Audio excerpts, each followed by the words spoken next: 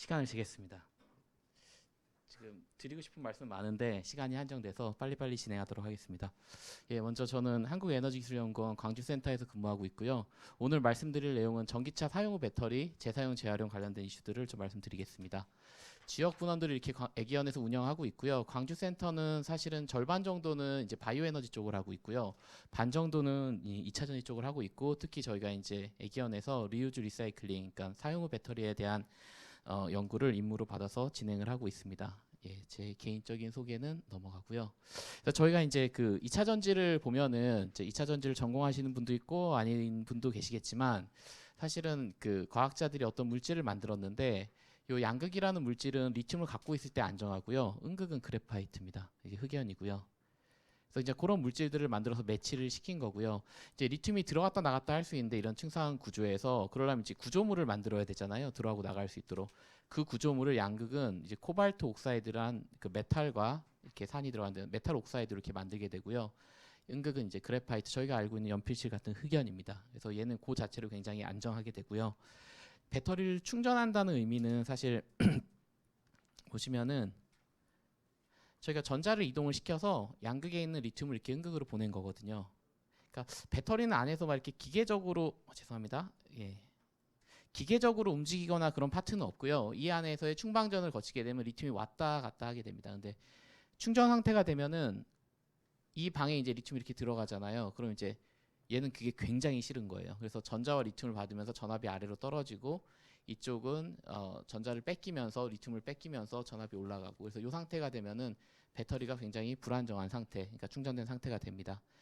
그래서 요지는 뭐 긴 내용은 넘어가고, 요지는 결국 리튬이 왔다 갔다 할 때 이 방을 만들어줘야 되는데, 이 방이 코발트를 쓰다가 코발트가 비싸잖아요. 그래서 니켈, 코발트, 망간이라는 요 세 가지 원소를 써서 배터리의 전극을 만들었습니다. 그래서 저희가 뭐 지금 뭐 LG에서 NCM 622이다, 111이다, 7, 그 얘기하는 게 사실 단순히 요 비율이거든요.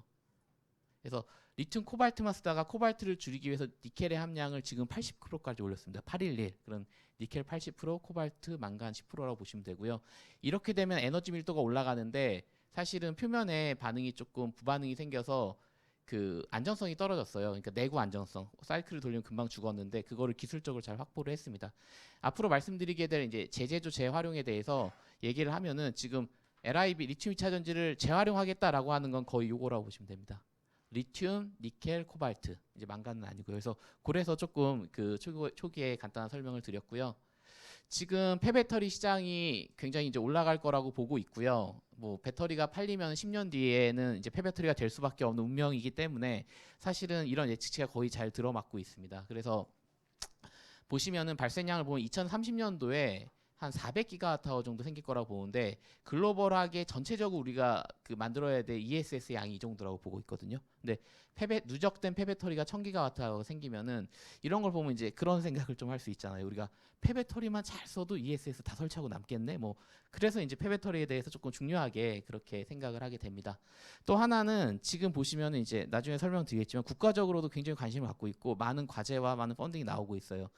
저희가 이제 보통 이 폐기물을 얘기하면은 폐기물 대란이 막 생각나잖아요. 막 뭐가 있었죠? 폐 비닐, 폐 태양광 아니죠? 폐 음식물 쓰레기 뭐 그런 게 있는데, 걔들은 불이 나거나 터지진 않는데 LIB는 터질 수가 있습니다. 충전해서 두면. 이게 실제 사례로 해외 배터리 재활용 공장에서 화재가 난 건데, 잘못하면 이렇게 산처럼 탈 수도 있고, 또 여기 보면은 이제 불상 같은 이런 좀 유해한 물질도 나옵니다. 그래서 첫 번째, 이게 굉장히 위험하기 때문에 그 보관하는 것 자체가 쉽지가 않고 탈거를 해서 국가적으로 관심을 많이 갖고 있고요. 그래서 각 지역에 이런 센터를 막 만들었죠. 두 번째는, 저희가 한국이 우리나라 배터리 산업 잘 이끌어나간다고 하지만, 저희가 하나만 생각해 보면은 리튬, 코발트, 니켈 우리나라에서 나는 게 하나도 없어요. 석유와 똑같습니다.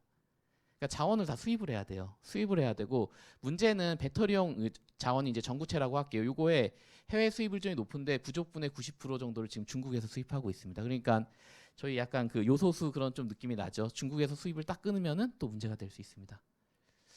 거기다가 지금 보면은 배터리 주요 원료 상승을 보면은 한 1년 사이에 뭐 리튬 가격이 4배가 올랐다 이렇게 얘기하고요. 코발트랑 니켈은 한 2배 이상 올랐고요. 이게 3년인가 5년으로 하면 리튬이 10배가 올랐다 그러거든요.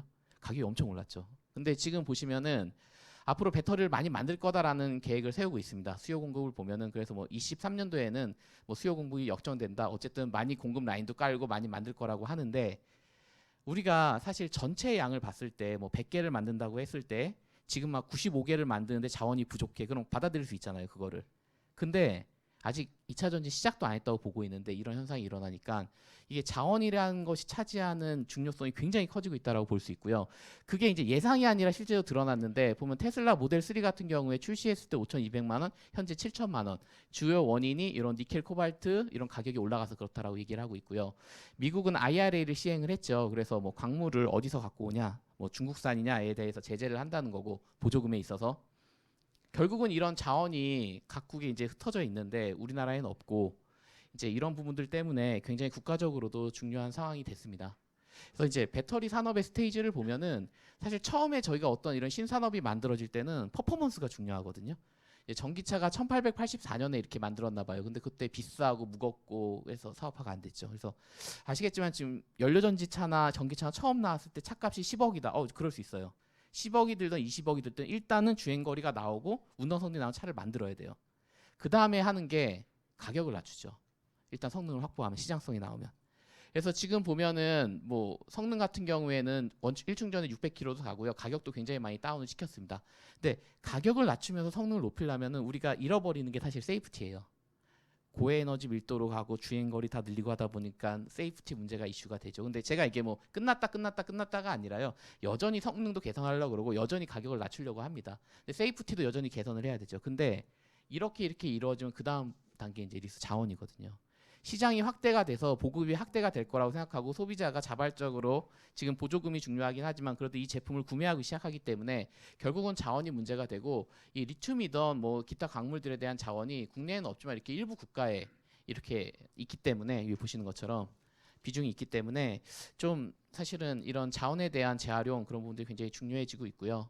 보시는 것처럼 이 폐배터리 처리 시장의 규모도 굉장히 올라갈 거다라는 얘기가 있습니다. 특히 뭐 EU에서는 탄소 발자국도 보고 아예 재활용된 이런 머처리얼들을 원료로 쓰지 않으면 안 된다라는 걸 규정화하고요.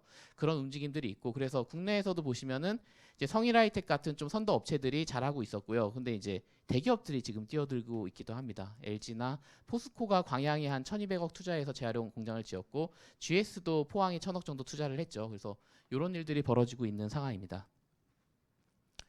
그래서 여기까지가 좀 현황이고요. 그래서 보통 이제 자동차를 타고 나면은 한 잔여 용량이 70, 80% 정도라고 하는데 GM 볼트 기준으로 해서 여전히 이제 폐차된 차의 배터리가 자동차를 270km 정도 달릴 수 있는 거예요. 그럼 이제 생각해 보면 쬐끄만 미니카도 아니고 자동차니까 그거는 좀 그래도 꽤 에너지가 많이 나가 있고 버리기 아깝잖아요. 근데 얘를 잘 보고서 잘 진단해서 잘 조립해서 다시 쓸 수 있습니다. 다른 데 용도로.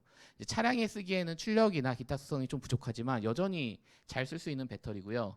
이거 못 쓴다 그러면 이렇게 리사이클 해가지고 금속을 회수해가지고 돌려야 돼요. 그러니까 이 두 가지를 분류를 하는데 제일 어려운 것 중에 하나가 이 진단입니다. 뒤에도 말씀을 드리겠지만 저희가 자동차를 개발을 할 때 배터리를 개발을 할 때 쓰다 보면은 이렇게 내구가 떨어져요. 근데 이제 안에 뭐 가스가 차거나 전해액이 고갈되거나 그러면 이게 급락하는 게 일반적입니다. 그럼 이제 자동차를 개발을 할 때 급락 안 하고 진짜 오래 쓰게 만드는 게 잘하는 거냐? 그러려면은 에너지 밀도를 줄이던 뭐 첨가제를 비싸게 쓰는 게 비용이거든요. 내구를 더 좋게 만드는 건 비용이랑 관계가 있기 때문에 자동차 회사가 과연 이 세컨더리 유즈까지 생각하면서 배터리를 만들었냐? 그건 아닐 거고. 그럼 이 시점에 이렇게 썼을 때 얘 괜찮을 거냐, 문제 없을 거냐라는 진단을 해야 되는데 그게 굉장히 어렵습니다. 그래서 그런 부분들이 있고요. 일단은 제가 오늘 발표는 두 가지를 준비했어요. 그 재제조와 재활용 두 가지를 다 했는데 시간이 허락하는 한 최대한 말씀을 드리겠습니다. 재제조 측면에서 보면은요, 배터리는 셀이 모여서 모듈이 되고 모듈이 모여서 팩이 되는데 자동차의 가격이 30, 40%가 배터리 가격입니다. 그러니까 굉장히 비싸죠, 전기차에. 근데 그 팩의 가격의 구성을 보면은요, 이 모듈 여기 가격이 한 85%예요, 86%. 그러니까 모듈을 갖고 다시 쓰는 거는 굉장히 많은 부가가치를 그 가치를 재순환하는 거죠. 그래서 기존에 이 모듈단의 이런 재제조, 재활용에 대해 얘기를 많이 했고요. 거기에 지금 산업적 환경이 유리해지는 거 하나는 전기차 전용 플랫폼이 나오기 시작했습니다. 기존에는 내연기관에 배터리를 꾸겨 넣기 때문에 모양이 다 달랐어요. 그래서 국내에서 파우치 셀을 쓴 거이기도 해요. 파우치 셀은 그 캔이 아니기 때문에 그러니까 메탈이 아니기 때문에 원하는 대로 저희가 이렇게 포밍을 하면 찍어 만들면은 셀 모양 바꿀 수 있거든요. 그래서 차마다 다 다르게 넣고요. 근데 그러면은 회사가 돈을 못 벌죠. 표준화 공용화를 해야 됩니다. 그래서 나온 게 전기차 전용 플랫폼이고 지금 아이오닉 5는 이런 전기차에 전용된 이런 약간 스케이트보드 모양 같은 그 테슬라처럼 이렇게 나오고 있죠. 그래서 이 모듈을 쓰기에 너무 좋은 거예요. 이제는 다 똑같으니까 떼가지고 재조립하기가 굉장히 좋아진 환경입니다. 근데 또 하나의 산업의 변화는 이런 기술이 나왔어요. 셀 투 팩, 셀 투 바디, 셀 투 샤시. 뭐냐면 이 모듈을 하면서 이런 공간들, 이 부품들이 다 에너지 밀도를 죽이니까 그냥 바로 팩으로 가자. 팩도 없이 그냥 샤시, 자동차 샤시에다 바로 실어버리자. 이렇게 됐을 경우에 이 모듈에 대한 의미가 또 애매해질 수 있어요. 그래서 그 산업의 그런 흐름을 보면서 우리가 사용 후 배터리를 한다는 건 어차피 만들어진 걸 쓰는 거니까 지금 만들어진 게 어떻게 되고 있는지를 보는 게 굉장히 중요합니다. 이 산업을 준비할 때는. 왜냐하면은 이거 맞춰서 계속 하고 있는데 이렇게 변했고 이거 맞춰서 내가 사업을 구상했는데 이렇게 변했어. 그러면 이제 그거는 잘못된 판단이 될 수도 있습니다. 그래서 지속적으로 바뀌는 부분을 잘 모니터링하는 게 중요하고요. 결국은 폐배터리가 들어오면은 검사하고 분석하고 분해하는데 문제는 이제 이 부분. 평가 등급해가지고 나눠가지고 이렇게 내보내서 다시 써야 되는데 용량이나 출력은 나중에 설명드리겠지만 확인할 수 있습니다. 짧은 시간에 찍어보면 되거든요. 배터리 상태를. 근데 얘 오래 쓸 수 있어? 얘 안정해? 이거는 알 수 있는 방법이 없습니다. 그렇기 때문에 지금 보증하는 데가 없거든요. 이거 보증하는 데가 없기 때문에 이 산업이 만들어질 수 있나라는 그런 고민도 좀 하고는 있습니다. 그래서 이제 저희 기술 잠깐 하나만 말씀드리면은 배터리가 만들어지는 요인이 되게 망가진 요인이 되게 많거든요. 이게 뭐 여러 가지가 있지만 이 이상 요인이 있는데 배터리가 망가질 때 망가지지 않아야 되는 요소들도 있습니다. 예를 들면 리튬이 석출됐다? 이거는 용량이 빠지는 건 똑같은데 겉으로 보면은 셀을 돌리면 급락하기도 하고 잘못하면 터질 수도 있어요. 그러니까 그런 부분들 잘 찾아야 되는데 그런 부분들을 어떻게 빨리 쉽게 찾을 거냐를 저희는 연구를 하고 있는 부분이 하나가 있고요. 예를 들면 이제 뭐 이렇게 환자들이 많이 오는데 청진기만 보고 이것도 알 수가 없잖아요. 다 비슷하잖아요. 그래서 이렇게 까봐야지 된다. 그럼 이제 안 되는 거예요. 폐배터리에서 비용이 많이 들고 시간이 오래 걸리니까. 그래서 저희가 지금 하는 거는 이 열화가 저희는 셀 케미스트리를 하니까 단독으로 일어난 셀들을 만듭니다. 그러니까 사람으로 치면 몸은 다 말짱한데 심장만 좀 안 좋은 사람. 그리고 거기에서의 파라메타를 뽑고요. 모델링을 해서 그 파라메타를 이용해서 그 열화가 일어나는지 아닌지를 진단하는 기술들을 만들고 그걸 이제 BMS라는 이런 하드웨어에 넣어서 평가하는 연구를 하고 있습니다. 그래서 시간이 2분 좀 넘었네요. 그래서 지금 보면은 이제 그 진단이 어려운 것 중에 사업을 하시려면 이제 약간 그런 이게 진짜 사업화가 될 거냐는 고민해야 되는데 왜 진단과 인증을 못 해주냐 하면은 기존의 배터리를 만들 때는 사양을 선정을 해서 자동차의 회사에서 제품을 개발하면은 30종 이상의 시험 항목을 갖고 평가를 합니다. 그 다음에 패스되면 자동차를 만들어서 팔아요. 그 대신 저희가 뽀엠이라 그러죠. 변경을 하면 안 돼요. 아무것도 라인이든 뭐든 다 소재도 바꾸면 안 돼요. 그러면은 똑같이 만들었기 때문에 이건 똑같아라고 하고 인정을 해줍니다. 근데 문제는 뭐냐면은 쬐끄만 거 하나만 바꿔도 다시 이거 다 해야 되거든요. 근데 재사용 전지는 이미 들어올 때가 다 달라요. 배터리들이. 그럼 이 중에서 100개 들어왔는데 10개를 추려가지고 테스트해서 오케이 됐으면 90개는 오케이냐. 이게 진짜 어려운 거죠.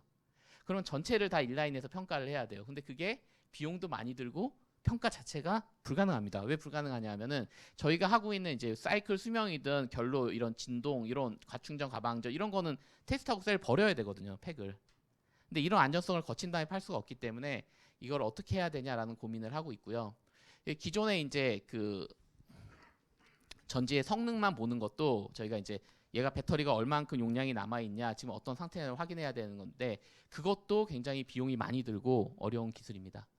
그래서 지금 보면은 폐배터리를 파는 사람은 내가 배터리를 처음에 샀을 때보다 그래도 한 20%는 받고 팔고 싶다라고 가정을 하고 그러면 이제 한 108만 원 정도가 돼요. 30kW가.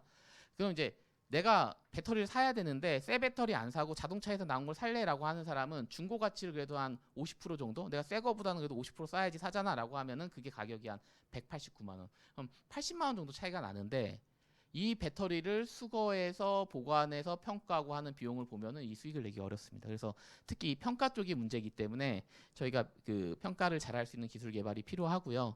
근데 이제 그러면 산업이 되지 않는 건 아니고 재활용은 못 하겠네요. 제재조까지만 하겠습니다.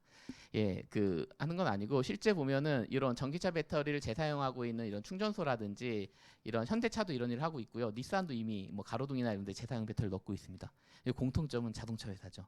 자동차 회사는 자동차가 돌아다닐 때 이미 이런 부분들을 다 평가를 하고 있고요. 배터리의 상태, 충전량, SOH라고 하는 뭐 얼만큼 얘가 지금 예전에 완충전했는데 400km 가는데 지금 만충전하면 300km 가네 그런 것도 다 알고 있기 때문에 또 이 배터리 팩을 그대로 쓰면은 문제 있으면 여기서 진단해서 다 끊어버리면 됩니다. 안전성도.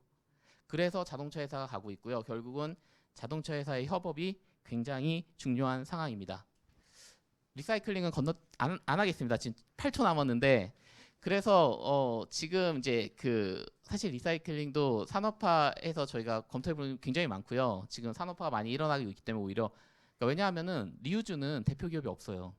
배터리 재제조하는 대표 기업 들어본 적 있으세요? 예, 아까 말씀드린 그런 이유 때문에 사실 없기도 하고 그래서 결국은 이거를 활성화하기 위해서는 자동차 회사 좋은 컨솔을 만드는 게 필요해서 이제 보시면 국가적으로도 그런 거 정부에서도 많이 추진을 하고 있습니다. 만들어질 거예요. 그래서 마지막으로 말씀을 드리면은 우리가 이게 배터리를 진단하고 다시 쓴다고 했을 때 제가 이제 이런 얘기를 상당히 많이 하는데 이 배터리 상태를 알아야 되잖아요. 이게 써도 되는 애인지 아닌지. 근데 지금은 정보 공유를 안 해주니까 자동차 회사에서 철가방에다가 이 물통에 이제 물이 얼만큼 들어오는지 알고 싶은데 얘를 딱 철가방에 넣어놓고 막 이렇게 쳐보면서 얼만큼 이렇게 하고 있는 거고요.